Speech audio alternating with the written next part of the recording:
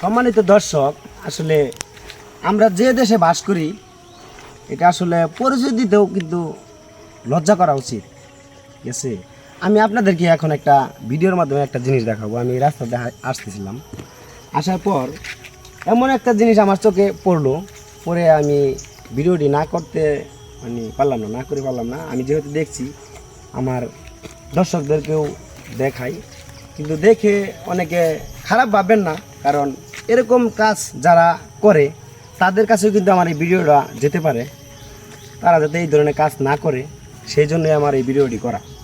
তো আসলে কেউ মাইন্ডে নেবেন না, কারণ আমি আগেই আপনাদের কাছে ক্ষমা চেয়ে নিচ্ছি, কারণ আমি ভিডিওটি করতেছি যাতে আমার ভিডিওটা অনেক মানুষই দেখবে। দেখার পর এই ধরনের কাজ যিনি করছেন ওনারা যাতে না করে রাস্তাঘাটে স্কিপ করবে। আপনারা আমি আবারও ক্ষমা চেয়ে নিচ্ছি, কারণ এটা আসলে ভিডিওতে দেখানো উচিত না। আবার না দেখাইলে কিন্তু যে অসাধু মানুষগুলি আছে ওরাও কিন্তু এটা ভালো হবে না। তো যারা এই কাজটা করছেন দয়া করে আমি হাত জোর করে বলছি যে রাস্তাঘাটে এই ধরনের কাজ করবেন না, প্লিজ করবেন না।